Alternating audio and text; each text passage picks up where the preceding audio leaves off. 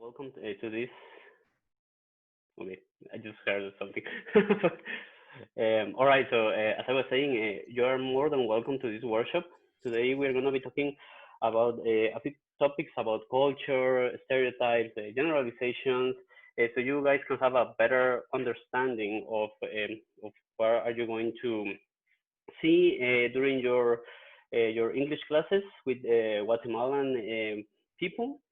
And that is mostly so you guys can see the difference between our two cultures, all right? And you won't get any negative uh, perceptions of Guatemala, and as well, of course, for Guatemala people to don't get any negative perception of Dutch people, right?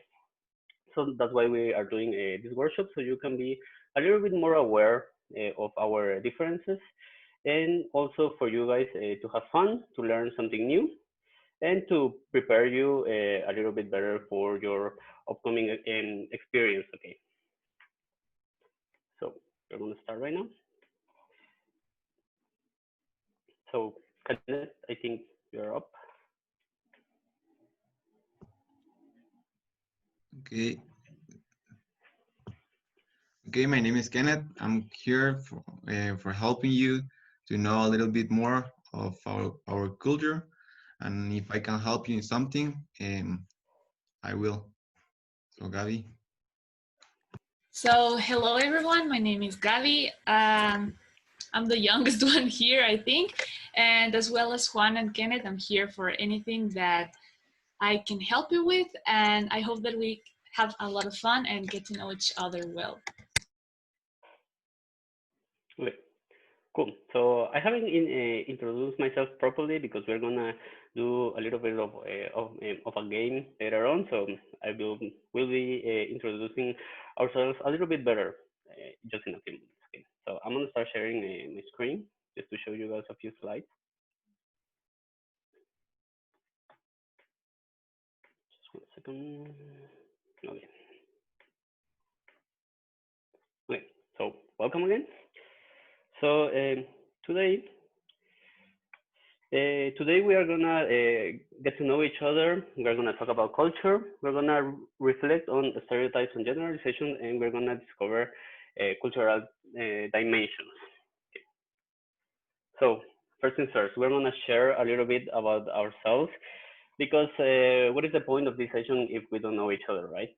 So we would like you guys to tell us your name, what's your major, what are you studying in the university, what's your favorite hobby, and what do you guys expect from your upcoming experience teaching English to Guatemalans? Okay, so we're gonna do this in the order that I have you guys on my screen. So the first one, I'm gonna stop sharing right now. Okay, so the first one is Rebecca, Rebecca Johnson. Oh, hi, I'm Rebecca. I'm an economics major, and my favorite hobby is dance. And I expect this experience to be difficult at first when there's like a bit more of a language barrier, but I hope at the end it'll be really like fun and fulfilling. So Awesome, cool, thanks. Next one, I have Linda. Hello, my name is Linda. I'm majoring in psychology, and in my free time, I don't know, I just like to meet with friends and hang out and do stuff with my friends.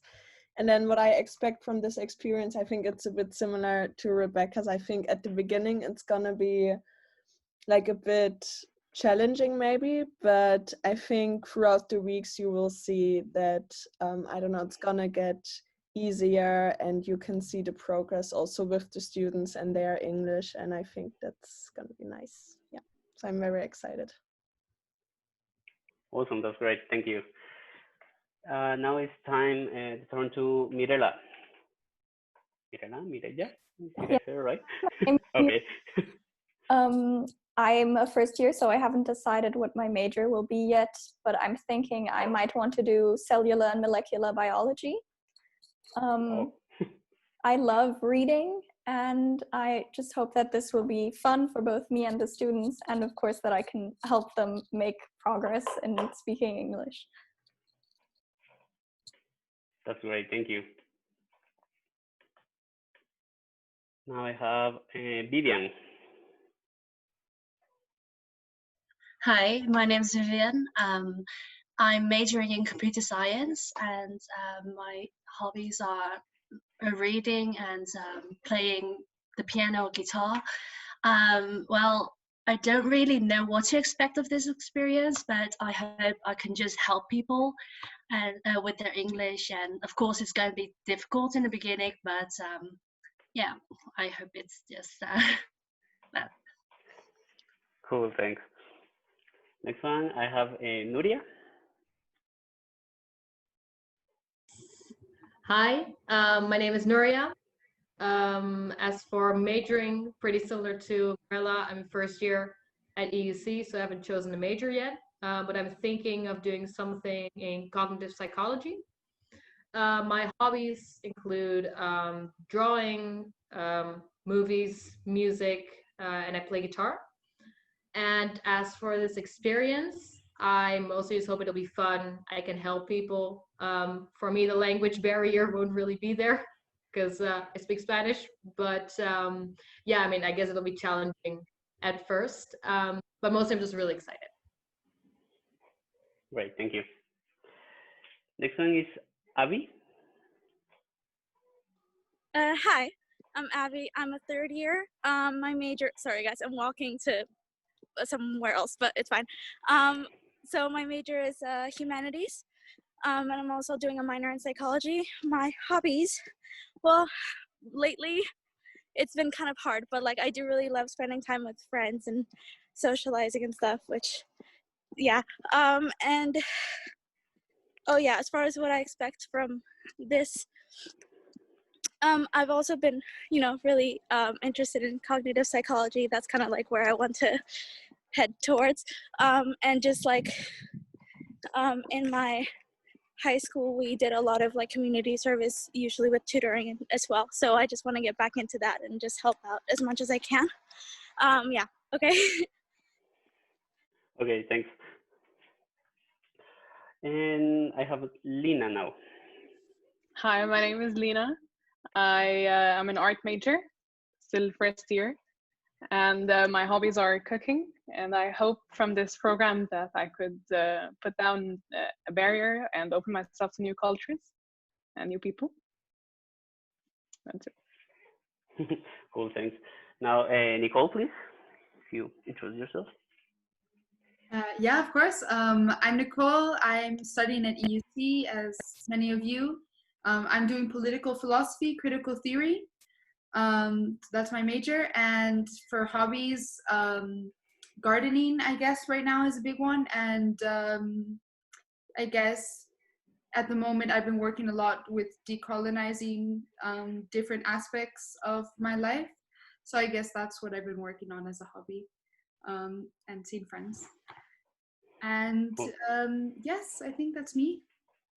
What I expect is, I think the same as you guys, just hope this program really goes well, and I'll be here to support all of you, of course.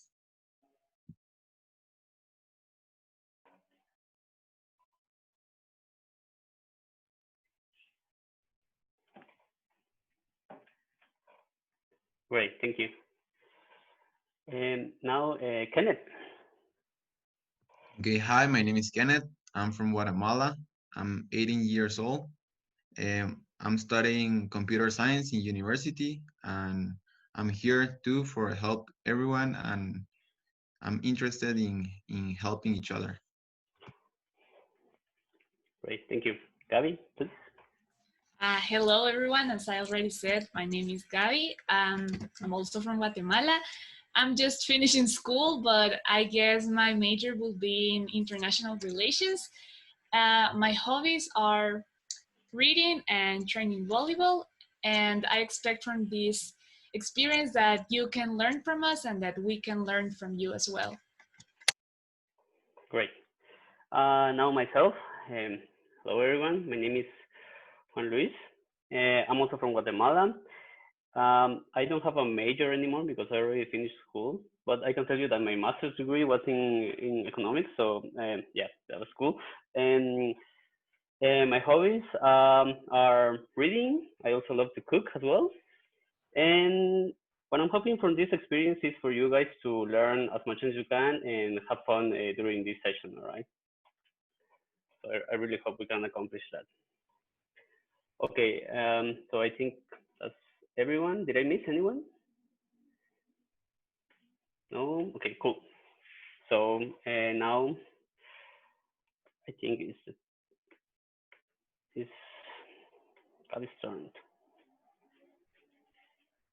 Okay, so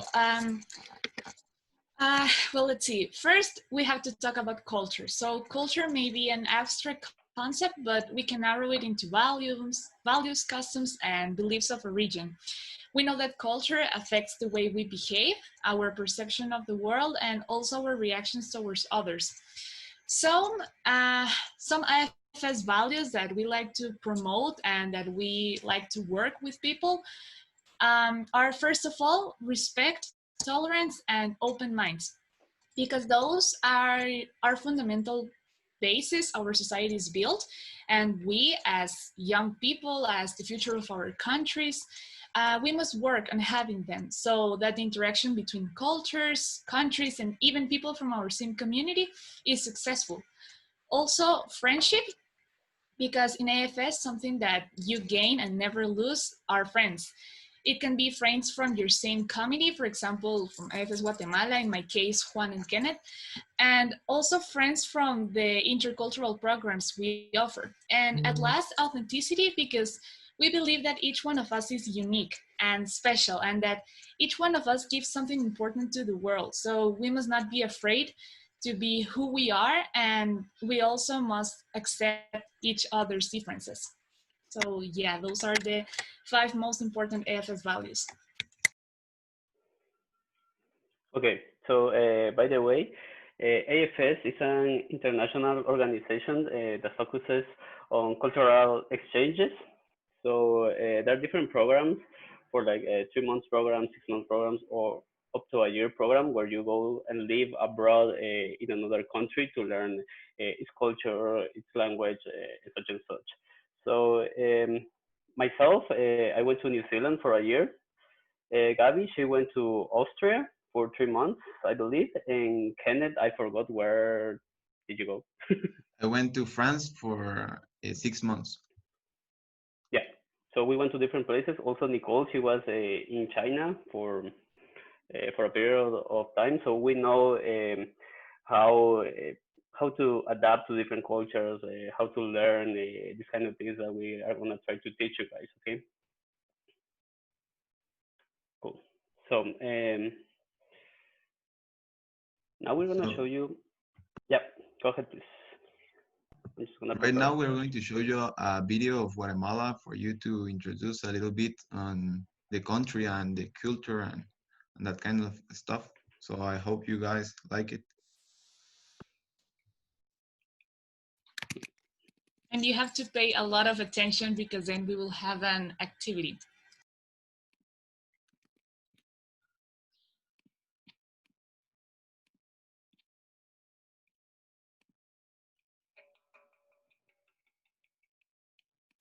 Is the sound okay? Can you guys hear it? No, no. No? No, I can't hear it either. Johnny here. Right now, I'm at the amazing UNESCO World Heritage Site of Tikal. And in this short film, I'm going to talk about tourism in Guatemala. Lying south of Mexico and north of El Salvador and Honduras, with coasts on both the Pacific Ocean and Caribbean Sea, Guatemala sits at the heart of Central America, and to many is its most fascinating and colourful destination. A country of extreme diversity, with breathtaking landscapes of volcanoes and lakes, bustling markets, vibrant colonial towns, and world-class archaeological sites, above all, it's a country of colour. Colour in the chicken buses that ply the urban streets and mountain roads, colour in the life of the Mayan legacy that still looms large in the people who live here, and colour even in the death of those that have passed away. For the curious traveller looking for ancient history and modern culture, set to a spectacular backdrop, Guatemala has it all. If you're entering the city by air, the first place you're likely to visit is the beautiful UNESCO World Heritage colonial town of Antigua. Sitting magnificently in the lee of 3 towering volcanoes, Antigua is one of the most charming colonial towns in the whole of Latin America. As former capital to the country, the town has a huge array of magnificent architecture, from elegant stucco-fronted churches to old town halls, a grand plaza, and a famous arched clock tower. While some of the buildings are in excellent condition, others, having endured a number of earthquakes, remain in a state of tumble-down charm. But now, with a plethora of shops, restaurants, and sights to be seen, Antigua is a great place to spend a couple of days. And, if you have time, it's also a good place to learn about the region's coffee industry, with local farmers happy to show you how their industry works. And another jewel in Guatemala's sparkling tourist crown is the stunning Lake Atitlan. Formed by a massive volcanic eruption some 85,000 years ago, Lago de Atitlan has a magical, otherworldly feel to it. With the sunrise over the golden waters, when local fishermen cast out to take in the day's catch, the communities that live on its shores ease steadily to life. While this is a great place to relax, there are also some wonderful walks to be taken, the most impressive being taking a trail up the so-called Indian Nose. It's a tricky climb in places, but the views from the top are simply superb. As long as you get your timings right, the next thing you're going to want to do is visit the colourful and historic market in the mountain town of Chichicastenango. With some of the first conquistadors to visit the region referring to the market in Chichi in their journals, it's understood people have been trading here for well over 500 years. Today, it's an important site for locals and tourists alike, offering all manner of goods, from consumable fruit, flowers and vegetables to clothes and tourist souvenirs. There's also an impressive church at one end of town and a very pretty and colourful cemetery at the other, both of which are well worth the visit. From Chichi, you should head north through what's known as the Itzal Triangle, a traditional rural region of small towns set amongst magnificent landscapes, where you can go for some more hikes, visit orchid farms and waterfalls, swim in the famous limestone rivers and lakes of Lanquin, and stay at some characterful working haciendas. And from here, it's north into the Mayan world. With a history dating back to 500 BC, the Mayan civilization is one of the most fascinating in all the Americas. Some of the country's sites are hidden away deep into the watery jungle world of the Pitex Batun Lagoon and the Rio La Pasión that flows through it. Here you can visit the hidden site of Aquateca. Dating back to the late Classic period of Mayan development, the UNESCO cultural site is among the best preserved in the country. And from here you'll want to then visit the even more impressive site of Yaxha. Situated on the banks of the Sacnab Lakes, the views from the top of the main pyramid are simply amazing. But anyone with an interest in Mayan history or culture ultimately has one goal in mind, and that's to visit the extraordinary archaeological site here at Tikal. Considered by many to be the finest collection of Mayan ruins on the continent, this stunning UNESCO World Heritage Site lies encased in a remote jungle setting. Abandoned over 1,000 years ago, the city was once one of the largest and most powerful in the Mayan world, its temples and pyramids spreading across an area of over 16 square kilometers. Deserted since the end of the 9th century AD, the city lay lost for almost 1,000 years before it was rediscovered in the middle of the 19th century. Although still only partially excavated, the magnificent temple complexes now stand as testimony to the incredible ingenuity of Mayan engineering.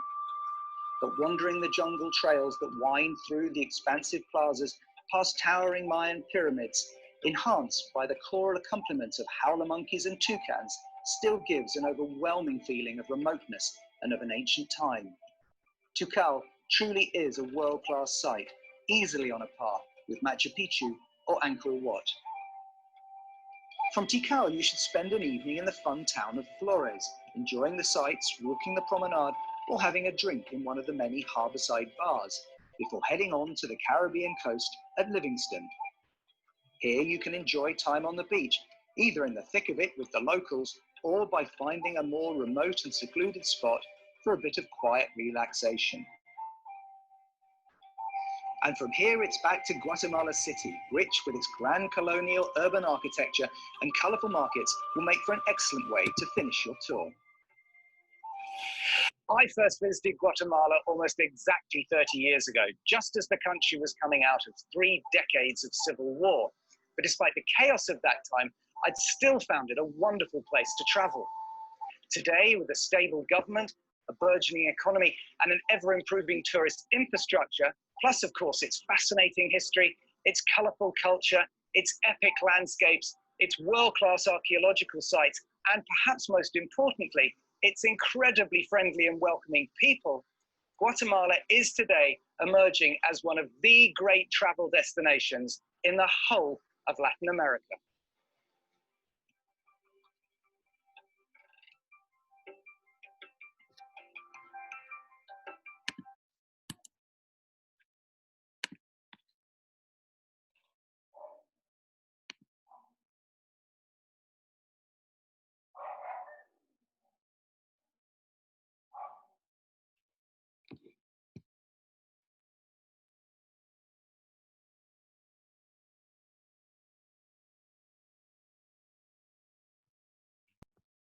Okay, so I hope you enjoy the video. So right now we're going to pass to another activity that is Quizlet. So right now, Gabi. Okay, so Juan, I don't know if you can please share the slide with the code. So I will ask you 3 favors. First, you have to go to the website that you will see on screen. Second, write the code that you will also see on screen. And third, you will have to write your email in order to play. But it's something really quick. It doesn't take longer than 5 minutes.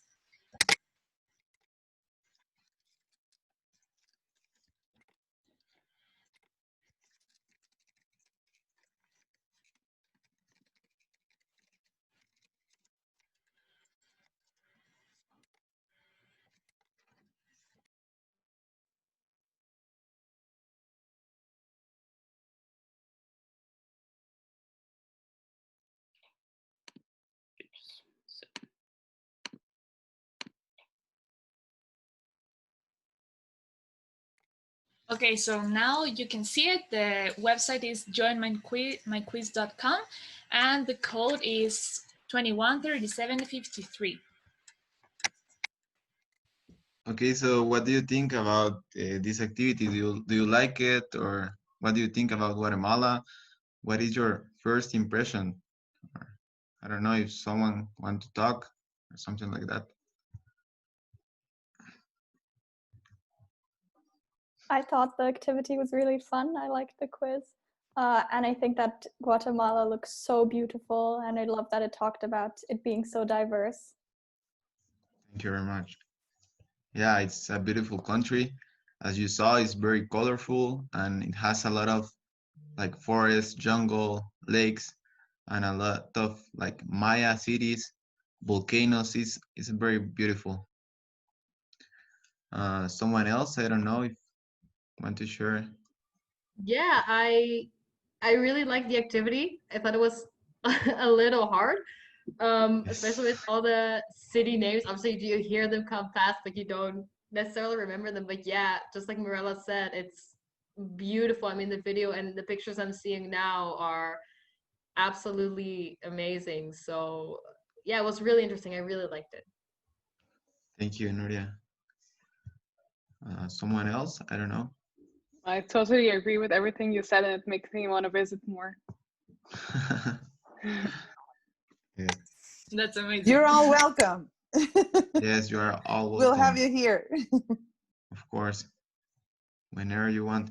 But yes, basically, Guatemala is a beautiful country that has amazing things. It has beautiful lakes. It has Antigua, as you saw. It's a a very beautiful city that is that has a lot of cultural things and a lot of, I don't know, like here in Guatemala we speak a lot of like Cynthia said, we speak Spanish and a lot of another languages, but like we have a Mayan languages too, so it's very beautiful. I hope you guys enjoy it, and whenever you want to come, you are welcome.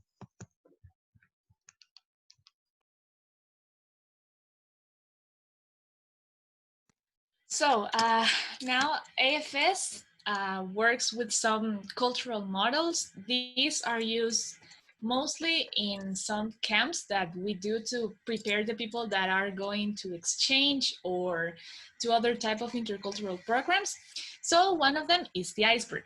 As a lot of you may know, at the surface we can only see 10% of an iceberg. The rest is underwater. Well, the same happens with cultures. There are a few things that are easy to identify because we can see them or because they are tangible. But the rest is something that we infer and we must find out. What we can see of the iceberg represents the things, costumes, and some behaviors. For example, clothes, gastronomy, arts, music.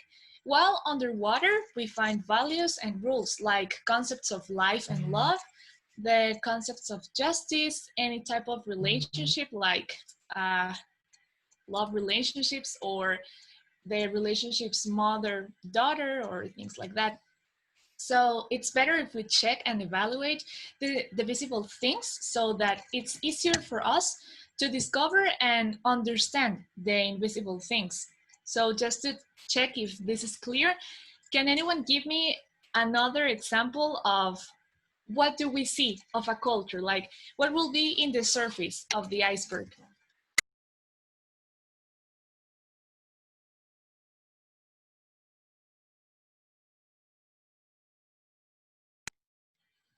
Think of something that you can easily identify of any culture. I told you as examples, clothes, gastronomy, arts, and music. Can someone think of another example? How about food? Yes, exactly. And could you tell me an example of something that we don't see or something that we must infer? I really don't know. Maybe how you greet someone. Like there's a specific way we give each other hands, and in Korea they bow to each other. That kind of stuff. That is more a visible one because you can easily see something. But we can like think of examples of the Netherlands, of your own country. Think of something that you think people must have to interact with so that they understand what's underwater, what's on the back part of the iceberg. I think I'd say like jokes, maybe. It's very related to the culture and the way each person thinks. Yes, great. That's a great example. Does anyone else have another one? I have one that I realized here at EUC because we all live together. Time management. Yes. So Dutch people are very punctual, and overall South American people and like Mediterranean people aren't. So that is one that you really need to know before that. Right. Yes, that's an amazing example. So as you can see, getting to know a culture could be more complicated than what we think. There are, yes, the things that we can see easily and that we can understand easily, but there are other things that are deep down, and I personally think that those things that are underwater, using the metaphor of the iceberg, those are the things that make the culture more beautiful and that made the experience more fulfilled. So yes, this is the iceberg model. Now we will go on with our next topic. Okay, cool, thanks. Now we hope that you guys have a better understanding on what a culture is, and now you know that there is something more to see, okay? And there is something, there are many things more to understand, like some examples that you said, like time management and such. Different cultures manage them in a different manner. And now we're gonna be talking about stereotypes and generalizations. Now, before we start with this, has anyone has an idea of what is an stereotype and a generalization?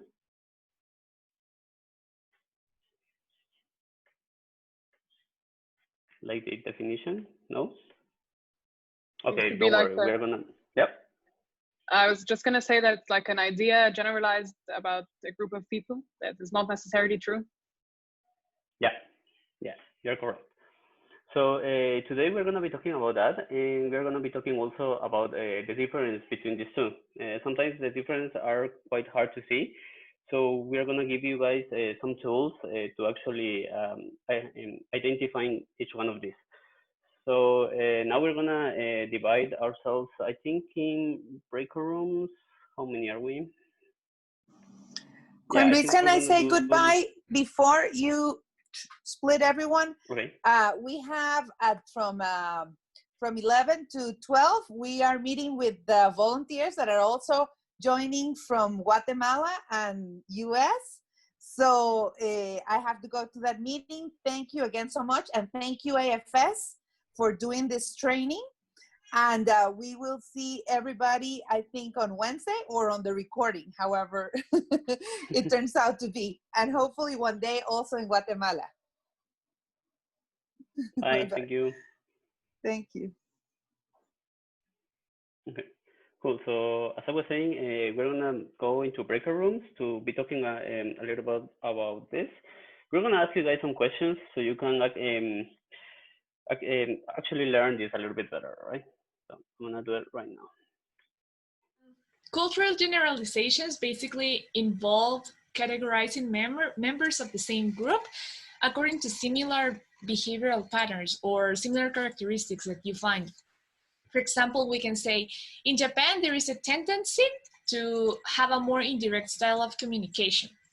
So generalizations may be like a hypothesis you can use for when you're knowing a culture, sorry.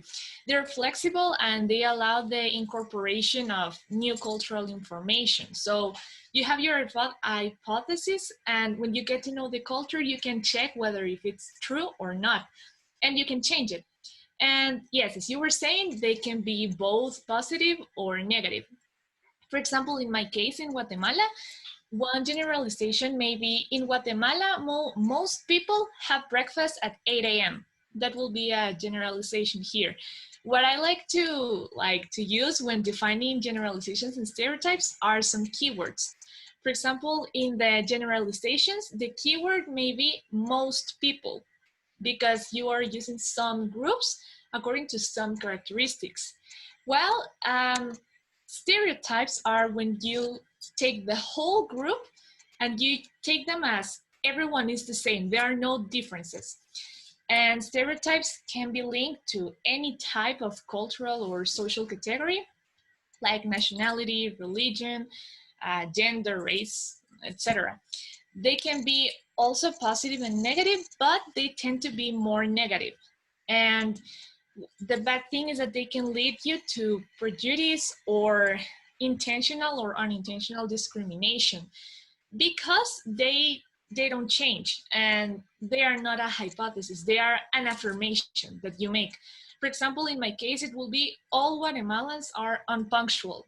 And we have our Guatemalan time. For example, if you want to throw out a party at night, you say, okay, the party begins at 7. So people will start arriving 7:30, 8 or so.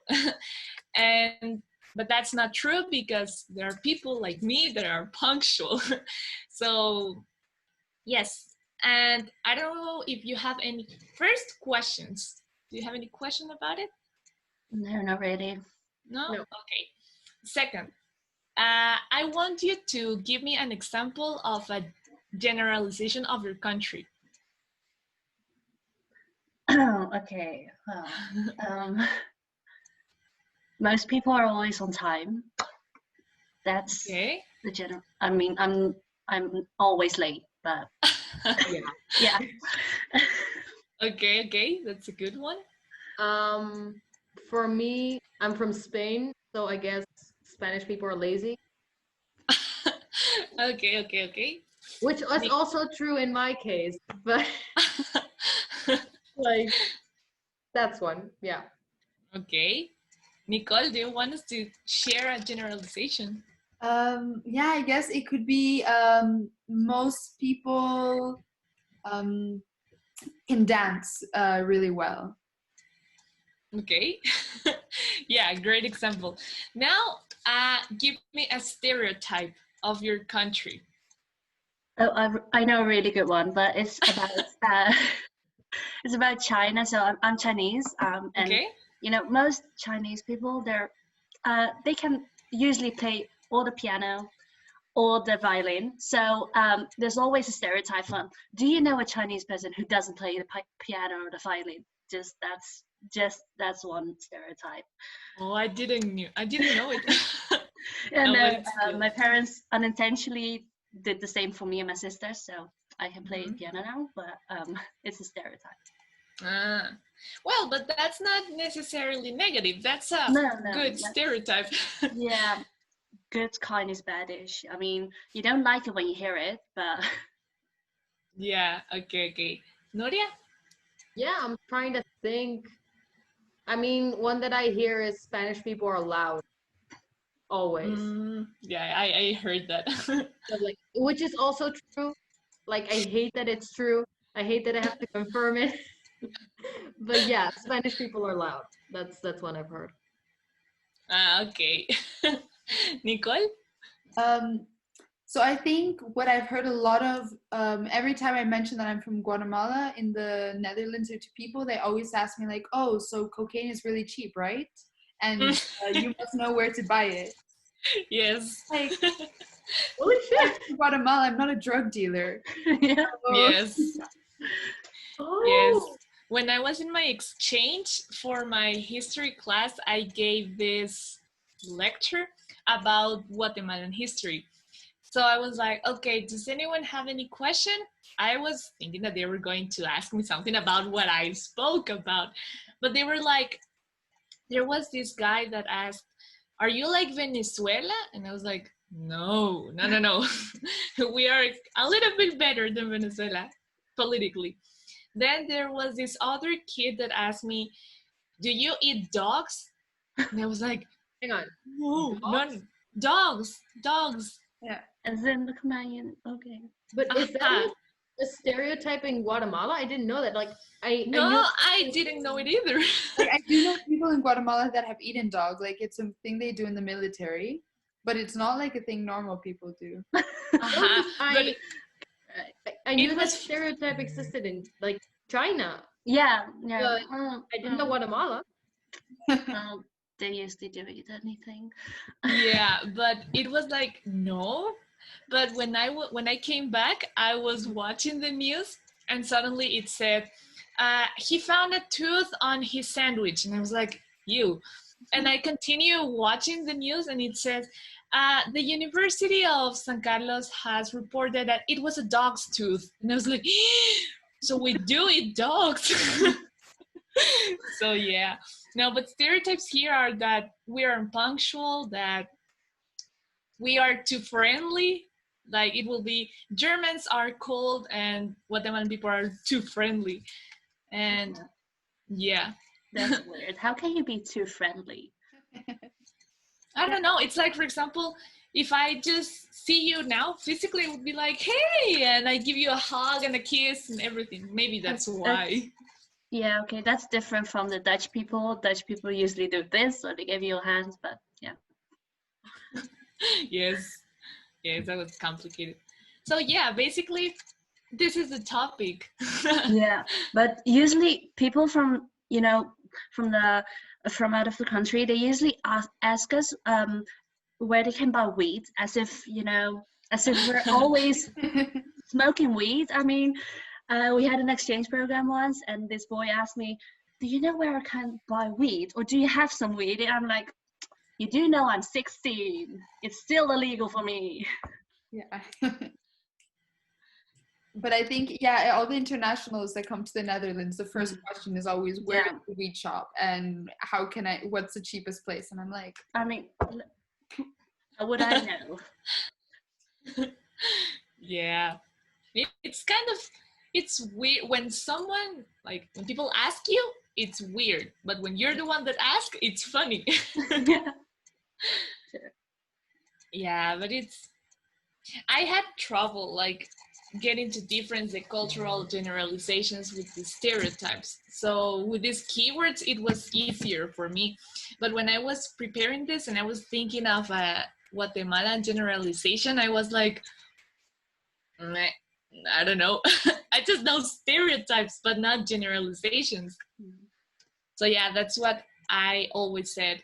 Generalization, most people. Stereotype, all people or everyone.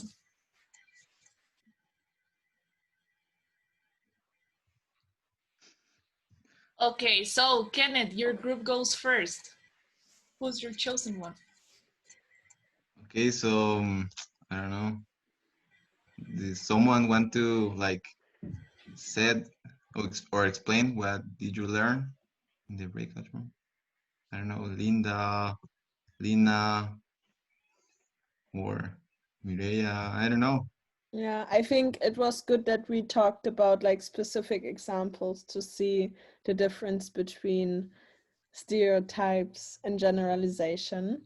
That really helped. And it was nice that like because we all talked about stereotypes of our own country, which was very interesting. And then also about like stereotypes that we have from other countries.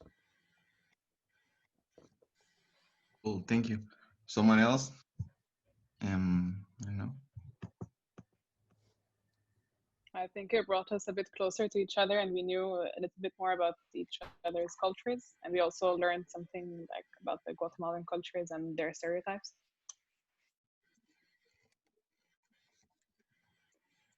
Nice, thank you. Someone else? No? Okay, so now it's my group's turn, the best group of the whole meeting. So I am really proud to present our volunteer, who is Nuria. Please make us proud. Okay, so a little recap of what we talked about. We started off basically with the difference between stereotypes and generalizations.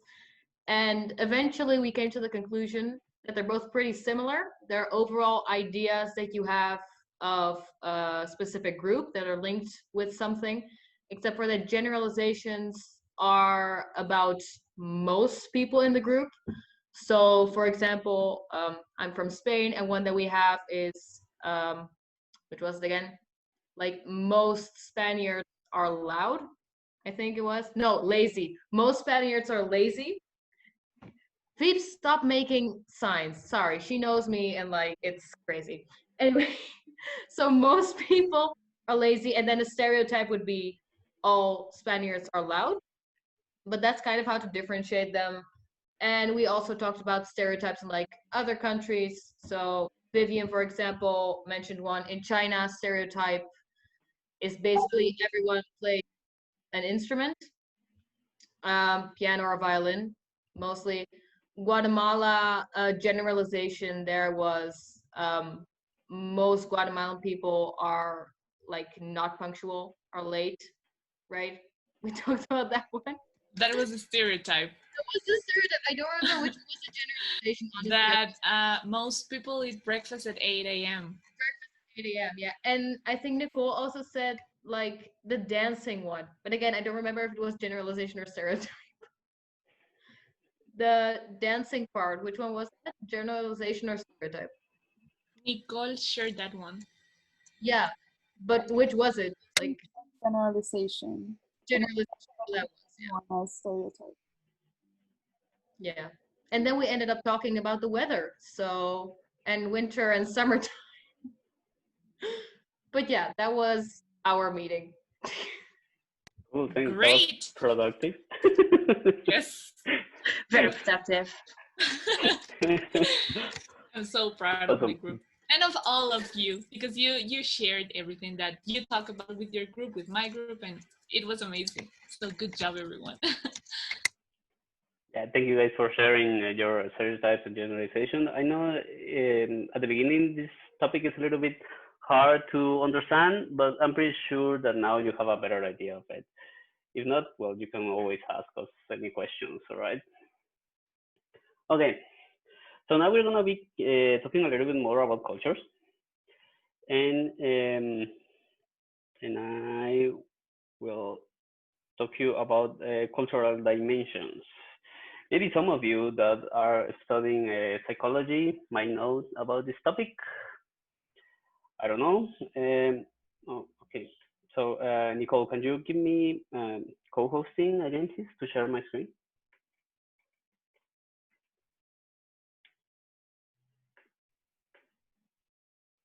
Okay, thank you. Okay, so the cultural dimensions. These were developed by a Dutch guy actually. His name was Hofstede. I don't know if any one of you have heard about him, about what he did, his work at IBM and such and such. Like I say, some of you in psychology might heard of him, so you will know what I'm talking about. For the ones that don't, I think this will be a pretty interesting topic. Okay, so this guy developed like different standards to measure culture, right? He divided into, I think there were six, but today we're just going to be talking about three of them, right? That we believe that are going to help you guys the most in your during your volunteering experience. And we're going to change it a little bit at the end because you guys are from different countries, so I think it will be really cool if we make like a comparison from each country and such and such. Okay, so the first one is the power distance indicator. Okay, I'm gonna be stop sharing my screen so I can explain it to you better. So, so the power distance. So this, like I said, this was developed by Hofstede. He was an organizational psychologist, and he developed theory to explain why people from different cultures they seem to behave and think differently from each other. So it's not the same to say Guatemalans they think like Germans do, like Egyptians do, like Americans do, like Spaniards do, such and such, right? So there must be some differences from there. Okay, so this theory it presents six dimensions. The first one will be power distance. The second one is individualism versus collectivism. The third one is uncertainty avoidance. The fourth one is masculinity versus femininity. The fifth is long-term orientation versus short-term orientations, and the last one is indulgence versus restraint. So, like I was saying, for the matter of this workshop, we're just going to be talking about three of them, which are this one's power distance, individualism versus collectivism, and long and short-term orientation. Okay. So the first one is power distance, okay, the power distance indicator. So these are the common characteristics, okay. So for a small or short power distance, it will be a low dependence need. The inequality is minimized. There is a hierarchy for convenience. Superiors are more accessible. Everyone has the same rights. Change happens through natural evolution. Children are treated equally. And for a large power distance culture, it will be a high dependence need. Inequality is accepted. There is a hierarchy for necessity. Superiors are not accessible. Those with power, those with power have privilege, and changes happens through revolutions, and children learn obedience. So this is better if we talk about with examples. So so like a small power distance, according to what are we seeing on the screens, does anyone has any idea of a culture that might resemble to this characteristics?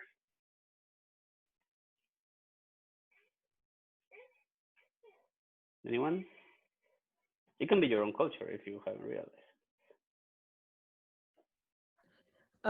Maybe Scandinavian culture would have a small power distance, because I think they're like they make a lot of decisions like in a family or at school. They like always make decisions together, and there's not really, I don't know, there's not really a lot of inequality, for example, between genders or also between like there's not that much authority as well.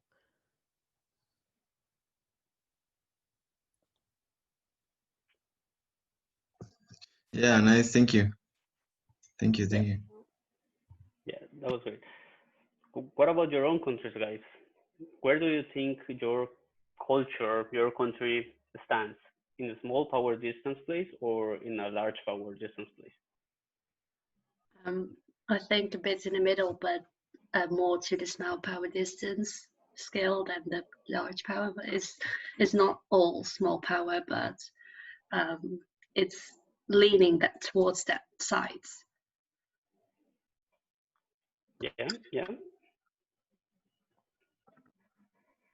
Yeah, I think Germany is also on more small power distance, because everyone has the same rights, and of course not everyone is completely equal, because there are some people with more money and more resources and more power than others, but still I would say it's definitely more small power than large power.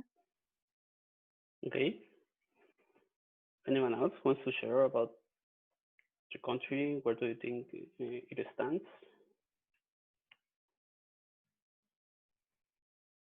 Okay, what about Guatemala, guys? Where do you think we are?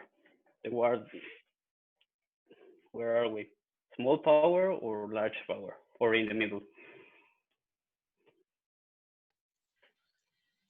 You're asking us or them? I'm asking you, the guys from Okay. Guatemala, Okay. the guys that know their culture. Okay, so no, we are more like tended to the large power, because I was reading the list and the first one I read was children learn obedience, and I think that's the one that tells you the answer, because here there's a way to speak to your parents. Well, now the generations are more rude, but for example, me at least, I'm not supposed to shout at my parents or something, because that's disrespectful. Also, to the teachers, you cannot talk to them like they are your friends or something. There's respect in that way. Also, one thing says there is a hierarchy for necessity, and everything has a hierarchy. We are a really bureaucratic country, so if you have a problem at school, for example, you talk to your teacher. If not, you talk to the coordinator of the teachers of your class. If not, you talk to the sub-director. If not, you talk to the director. So there are a lot of chains here in school, in companies, in everything. So there are hierarchies. There are like obedience standards. For example, I don't know in which other way can I say it. And also there's high dependence need. For example, we make everything together. That you will see this when we talk about individualism, but it's really linked. We work together. We like to cooperate and work with groups. Well, a lot of people. I have trouble with it, but I'm working on it. So yeah, we have a large power distance. Okay, cool. Kenneth, do you want to add something else? Yeah, basically the same. I share the opinion of Gabi, and yeah, I think we are in large power distance. Yeah. Usually, they are right. We are on the large power distance part. There is a hierarchy for many things. You have to ask your superior. You're not supposed to go against your parents' wishes most of the time, and such, right?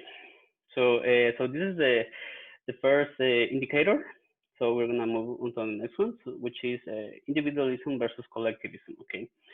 So the characteristics for individualism is a more focus on me kind of tendency. The emphasis on personal choice. You have to fulfill your own obligations. You speak your thoughts directly, and your communication is usually low context. But we're not gonna be talking about the communication styles today, so that doesn't matter. And collectivism is more an us-focused culture. The relations are more important than tasks. You must fulfill the obligations imposed by the group. It is important to maintain the harmony and avoid direct confrontation. And the communication is high context, but again, we are not going to be talking about that. So, again, where do you guys think your country stands in this indicator? Are you guys tend to be more individualistic or more collectivistic?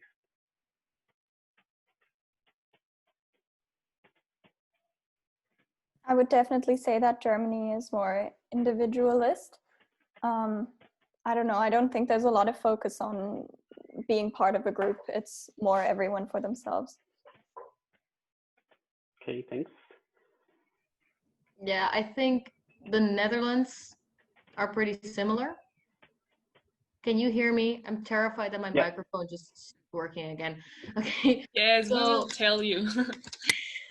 Yeah, no, the Netherlands are pretty individualistic, but like I grew up between two cultures, so I did notice, you really notice a difference between collectivism in Spain, for example, that's way more present, like the whole working in group and like really try to provide your community, like as part of that body kind of. But the Netherlands are definitely like Germany, most Western countries are individualistic or tend to be. Cool, thanks. Who else wants to share about their culture or the Netherlands? Yep. Well, I mean, the Netherlands is definitely more focused on the individual. So I'm just okay. Well, they used to be more collectivism, but that changed when they became more rich and that kind of stuff. But I'm also Chinese, so they're also, well, I mean, my family is more individualism, but I noticed that the family that I have in China are more focused on the us. So it's a bit different. Great, thanks. And again, what about Guatemala? We need to teach these guys about our culture. So, yeah. I think we are a little bit more collectivism because we are focused on us. Like we always do everything together. We can't go like we go to a party, we say, if my friends are going, I will go. Or if we go to, I don't know, everywhere, like if someone else goes, I will go, but I can't go alone. Like it's something that we always do something together. Thanks. So yeah, we tend to be a little bit more on the collectivism side because of what Kenneth just said. We like to be, in groups or having someone as a companion to do this or to do that. So we do tend to go into that area as well. Okay, and for the last one is long and short-term orientation. Okay, so the characteristics for long-term is perseverance and effort to produce results slowly. It is important to save and be careful with the resources. Willingness to postpone one's desires for a greater cause. And the short-term one is effort should produce immediate results.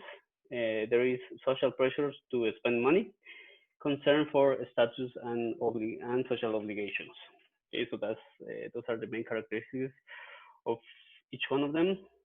And well, yet again, what you guys can you tell me about your culture? It is a long term or a short term? I think the Netherlands wants to be long-term orientation and actually manages to be on a couple of fields, but on some others, it really fails to be, and it's actually short-term. Because, like, for example, with the whole climate crisis right now, they're like, oh, yeah, we're really looking forward and like trying to be good for the environment. And then you actually look at what they're doing, and they're extremely short-term oriented. But with like money, which the Netherlands is like really good with, they actually are long-term oriented. So the Netherlands wants to be long-term for everything, but they're not. What about the Spain? How would you define Spain? Where would you put it? The US? Oh, yeah. Sorry. No. Spain. Spain. Oh, Spain. I Yeah. heard the States. I was like, States? No, Spain.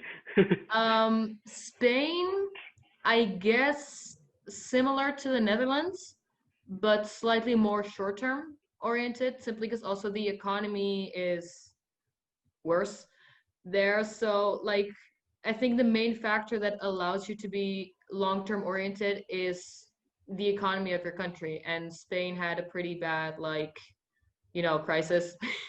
Like not as bad as Greece, but it was bad. So because of that, they're more short-term oriented. Great, thanks. Who else wants to share where they think their country stands in?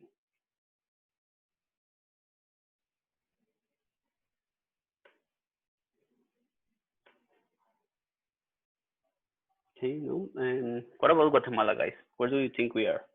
Are we long term or short term?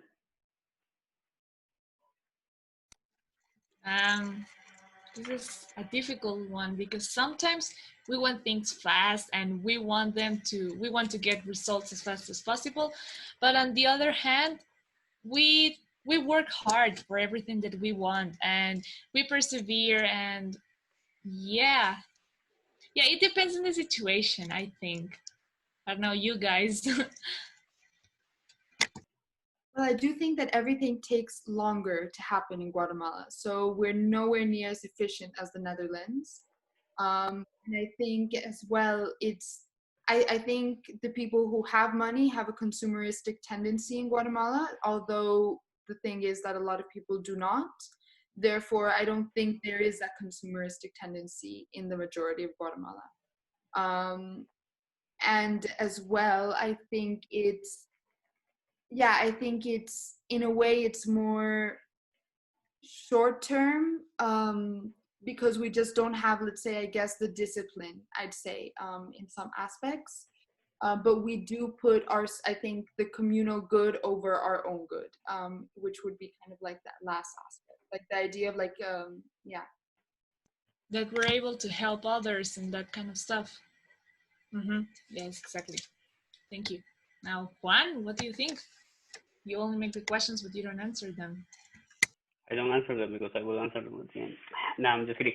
No, yeah, we have to be more short term, I guess. And you can see that in like when it comes to payday, right? When it comes to payday, here is every 2 weeks you get paid. So in that time, you see these crazy lines in the banks to get the money, and you also see these crazy lines in restaurants, the malls. So everyone just get their money and they want to spend it. Not all of them, of course, but that's usually how you see it, like really precise here. That is like a really good example for me. And you also see when you talk to some people, you will always see that they tend to spend the less money on things, and usually like really bad things, like crappy things. Like if you go to buy shoes, you don't pick like the expensive shoes, even though they might be better. You pick the cheapest ones because they're gonna work as equally fine as the expensive ones, even though they're gonna pretty much be destroyed in a shorter period of time. So you usually see that kind of behavior here. They tend to do that, which is obviously not the case for everyone else. But it's just the way they behave, right? So now I want to do something I think it's gonna be fun. So in the website of this guy, Hofstede, or the people that are doing it right now, that are you can actually make the comparison between the countries. So what if we do a comparison between our countries and of course Netherlands? Okay, so I'm gonna type Guatemala, Netherlands. We also have Germany, Spain, China. China. Oh, we can only see for at the time. Okay, so let's just do this one first, and then we will compare the other ones.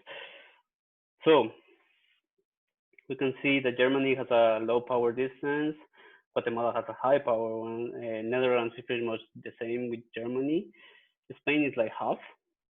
The individualism, well, all, Germany, Netherlands, and Spain are high on individualism, while Guatemala is low. Masculinity, well, we're not talking about that one. And long-term orientation, Guatemala doesn't have an index on that one, so that is interesting. Okay, but we can see that Germany and Netherlands are more long-term orientated than Spain. Spain is like in the middle, like you were saying. So, do you guys agree with this, or do you think it's wrong? I think it's pretty accurate at some level. Okay, so okay, I'm gonna take Germany as well. So we have China, we have Egypt as well. Here are these ones. So power distance, China, Guatemala, and Egypt are actually pretty high.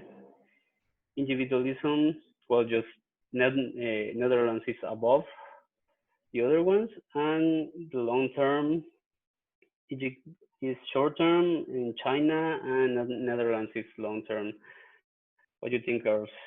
Is it all right with you? Do you guys think it's accurate? Okay. Am I missing anyone's country right now? No, right. Okay, cool. So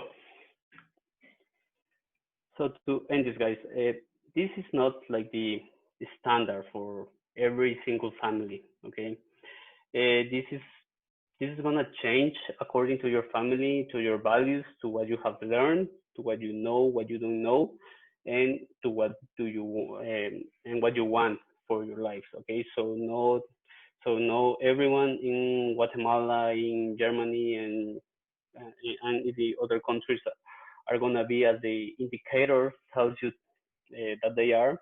They're always gonna change because like I was saying, your family might have different kind of goals for you. They might teach you different things, and you will learn different kind of experiences. So this will highly depend on each people, right? This is just an indicator. It's just like the average from a small percentage of the population. It doesn't define all of them. So you have to take this as a generalization, okay? Like we were talking about. Like most people tend to be like that, and most people don't tend to be like that, okay? So this is pretty much just to give you guys an idea of how our cultures are and how the Guatemalan cultures they tend to be. So for that, I think I told this to my group in the stereotypes and generalization part, that don't be surprised if your students they don't talk to you straight away, or if they're hoping for you to ask them the questions or to tell them what are you gonna learn today. Like for example, today we're gonna be talking about animals or the numbers or my family. So some of them they might expect that from you when you are teaching them English. So you have to be aware of that. That some of them they won't be talking to you from the beginning, like how are you? Tell me about yourself, or they might be at the beginning, but at some level they are gonna be hoping for you to lead the conversation or to lead the class. So you guys need to be aware of that. Also, don't get mad if they are late. Some of them might be late, so be patient with that, even though if you might hate it. Yeah, so that is another thing. Yes, I And was yeah, exactly telling my group about that. We have Guatemalan time. That if, for example, you want to throw out a party at night and you say, okay, so the party will be at 7, people will start arriving 7:30 or even 8. So yeah, but no, people won't get to class that late, but they will be 5, even 20 minutes late. So yes, patience. yeah. Yeah, so be patient with that. Some of them might be Sorry, late. I'm just Yep. curious. Like, so this is technically class. Like, does the Guatemalan time also count for their regular school, or are they on time there? It depends on each student. For example, in my case, we have the first class at 9 o'clock. Some of us are already waiting 5 minutes before or 3 minutes before. There's people that 9 o'clock sharp, but there's also people that logs in 5 minutes late or something. So yeah, but it's not that people tell you, why are you coming late? Well, some teachers do, but generally, well, 5 minutes, 10, like making things dramatic, they will be 10 minutes late. For us in high school, like Vivian knows this, we went to the same school. If you were, there was one teacher who literally, if you were 3 seconds late, would kick you out. Yeah, I mean, I didn't even go to a class, and I got late like 5 minutes, and they said, yeah, you need to go downstairs. You need to get a sort of a late a so permission. late permission thingy, and then you need to go back up, and that's going to be recorded. And if you're 3 times late, then your parents are going to be called, and that's Well, in physical school, yes. Well, in my school, at least, they tend to be a little bit like that. Some teachers, like, everything starts 7 a.m. And there was a girl that was always late because she lived far away from school. She arrived at 7:03 and she wasn't able to go in. She needed to wait until the class was done. And yeah, it depends on the school, the teacher, and yeah, but like talking about online classes, no, they won't be that late. You don't have to worry about it. Though I think so, I taught to a group of students as well English online via Zoom this summer. So kind of like the type of students you will have, and I did experience sometimes they would log in even 30 minutes late. And they would say, oh, I'm so sorry, miss, I didn't mean to be late, I'll be better next time. That's abuse. 15 minutes, and then the next time it's like you can't get angry at them and you can't really change them, so you kind of just have to kind of go with it in a certain point. But what I did was just be like, please be on time, like just at the end of every class, and they end up improving a bit, but they're never going to be perfect, I think. So just don't get too frustrated with that, I'd say. If no one logs in on time, then give them a couple minutes. Or half an hour in this case. So yeah, try not to be angry at them, like Nicole was saying. Some of them will be late, or some of them they just won't show up. So that is something that might happen to you. And yeah, just try to be understandable and patient and yeah, and that sort of stuff. So we're coming at the end of our workshop. So does anyone has any question that you want to ask about the topics, about Guatemala, about you, what might expect with your students, all of those kind of questions? If you have any or comments, no? All right. Okay.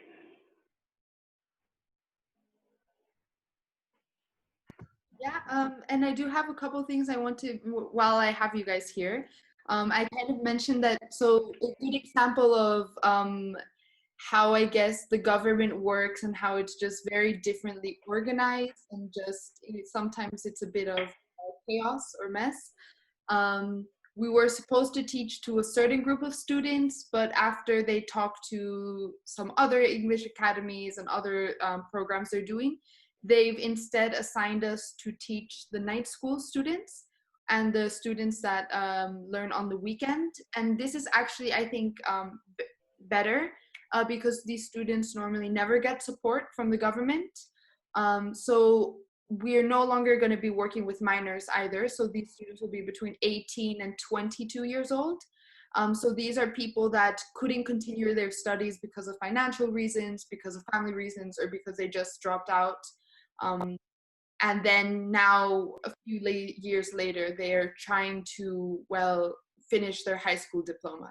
So this is kind of the students we're going to be supporting starting next week. And that's another good example. We might not actually start next week. We might start the week after, just because Guatemalan time plays a big role even with the Guatemalan government. And the Wi-Fi and tablets that the students were supposed to receive at this weekend haven't been able to be delivered. So we might start the week after. So I guess that's a good time to, yeah. So I have a question about that. Yeah. Does that change the time slots we chose before from the link you sent us? No, so the time slots are the same. It might be just that we start 1 week after. Okay. And then the students that we get will still have them with those time slots. Okay. And do you send us a message or an email about that if it's going to be 1 week later? Yes, I will. I'm still, as I said, everything's a bit chaotic sometimes working with these programs, so I'm still trying to get confirmation on the date. They say that they might possibly get the tablets on Wednesday to the students. Right. They might possibly also come the week after. So I think by Wednesday I'll send you guys all an email, but the latest as well. That's when the first teaching session is. So that's still staying. And I got another question because we're not working with minors anymore. So does that mean we can create a chat group like on WhatsApp or something, or is it still not supposed to happen? That's a good question, which I'm actually not sure, because we are going to do a bit more of community building now that we know we're not working with minors. I don't know if that in this community building that we're planning to do would also follow you guys having a bit more direct communication. So I'll talk to Cynthia and the other people to see if that's allowed or not. Mm-hmm. Okay, cool. So yeah, guys, that's another thing about Guatemala. Plans, they might change at the last time, so don't be afraid of that. Also, don't get frustrated about that either. So yeah. Okay, so I think Kenneth, please. Okay, so for conclude, I want you guys to, like, in one word, like, say one word that describe Guatemala or the activity, like, only with one word. Colorful. Sorry, colorful. Okay, thank you. Yeah, I also wanted to say colorful. Thank you very much. Social. What, sorry? Yes, that's a good one. Social. Oh, cool. Yeah, that's I a would say good one. diverse, which is similar to colorful, maybe. Thank you. Just beautiful. Well, thank you very much. Someone else? Okay. So yeah, thank you. Thank you very much for being here. We really appreciate that. And